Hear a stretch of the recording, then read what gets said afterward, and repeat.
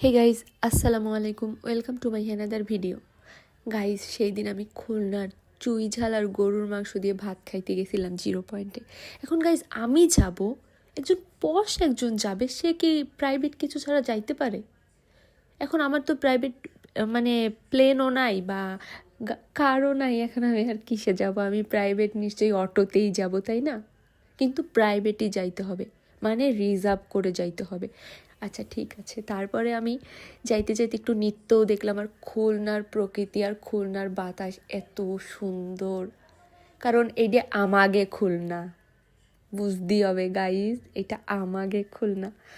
আমাদের খুলনা এত সুন্দর, এত মনোরম, কি বলবো। আমাদের খুলনার সৌন্দর্য তো মানে আপনারা সবাই জানেন খুলনার সৌন্দর্য কত সুন্দর।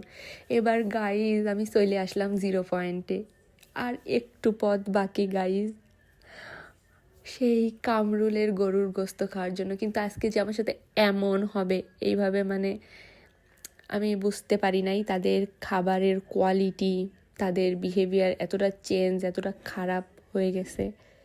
হয়তো আমার কাছে মানে আমার ফিল হয়েছে, এখন এক একজনের টেস্ট বার এক এক রকম, কিন্তু আমার মনে হয়েছে তাদের খাবার কোয়ালিটি, তাদের, আমি তো ফুড ব্লগার না, আমি তো কোনো ভালো ব্লগারই না, আমি তো এখন নতুন নতুন একটু মানে সবাইটা দেখে আমার শখ করতেছে। কিন্তু এই যে কামরুলের হোটেলে আগে খুবই ভালো সার্ভিস ছিল, তাদের বিহেভিয়ারও ভালো ছিল। যেহেতু আমি খুলনার মাইয়ে, আমি খুলনায় তো সবসময় খাই, আপনাদের বুঝতে হবে। আর চুই ঝাল গরুর মাংসের টেস্ট যদি খুলনার মেয়ে যদি না বোঝে, তাই সেটা কি এরে হলো, কি রামায় গেল না এটা। প্রথমেই ঢুকলাম, আমি তো ভাবছি যে আজকে সেই একটা খাওয়া দেব। হ্যাঁ, চুই ঝাল আর গরুর মাংস বলে কথা, খুলনার বিখ্যাত। এখনও মানে আমার খাইতে মন চাচ্ছে, কারণ আমি একটা লোভী।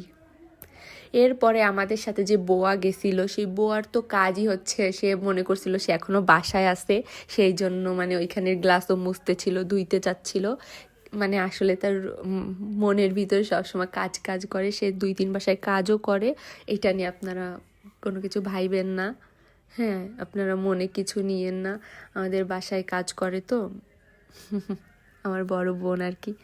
ওই তো যাই হোক, দেখেন ওরা ভাত দিছে, ভাত কয়টা পারলে চ্যাপটা করে 2-3টা ভাত দিয়ে মনে হয় সেই ভাতটা আরও বাড়াই দিত। ভাতের কোয়ান্টিটি দেখেন, ঠিক মানে একটা মানুষের পেট ভরবে না ওই ভাতে, যদি সে ভালোভাবে খাইতে পারে। মাংসের পিস আমার ভালোই পড়ছিল, কিন্তু যখন তারা ক্যামেরা দেখছে তখন তারা ভালোভাবে দিচ্ছিল।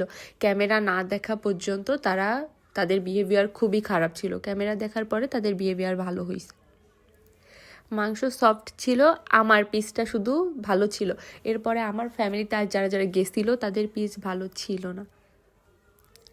এরপরে তো আমি যাই হোক না কেন, খাবার জিনিস তো বিসমিল্লা বলে গপ গপ গপ গপ করে আমি গিলছি, কারণ আমি খাইতে ভালোবাসি গাইজ, আমি খুবই খাইতে ভালোবাসি। আমাকে আপনাদের বাসায় দাওয়াত দিবেন। এরপরে আমি গপ গপ গপ গপ করে আমি শুধু গিলতেই ছিলাম, হ্যাঁ। তারপর ওইখানে সবাই আমারে দেখতেছিল বলে আমি বলছিলাম ভালো ভালো, কিন্তু সত্যি আমার মাংসটা ভালো ছিল, কিন্তু আমার আম্মু, আমার আপু, এদের মাংস ওরকম ভালো ছিল না। আর তাদের তো ঝোলের মানে এত তেল, এত তেল। হোটেলের খাবার থাকবে তেল, বাট তাদের একটু বেশি। তারপর তাদের চুই ঝালে তো কোনো টেস্ট নাই, শক্ত।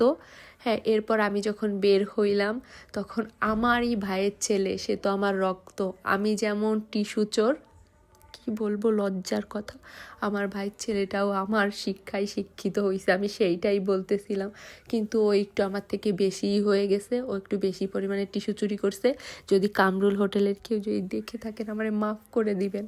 এরপরে আমাদের মানে রাস্তা এত ভালো করতেছে সরকার, হ্যাঁ, মানে সরকার ঠিক করার আগে রাস্তাটা ঠিক করা সব থেকে বেশি জরুরি আমার মনে হয়। মানে দোলনা খাইতে খাইতে, হ্যাঁ, সেই 0 পয়েন্ট থেকে দৌলতপুর পর্যন্ত আসছি আমরা। বাসগুলো কিভাবে দোলনা খাইতেছে, আর রাস্তা এত সুন্দর, মানে গাইজ আপনারা তো দেখতেই পাচ্ছেন কি সুন্দর রাস্তা। এরপরে আমরা ওই দোলনা খাইতে খাইতে, ঝাঁকানি খাইতে খাইতে আমরা আসলাম হোয়াট এ কাপ, না জানি what the cup, I don't know guys. ওইখানে আমি বাংলা দেখছিলাম হোয়াট এ কাপই মেবি।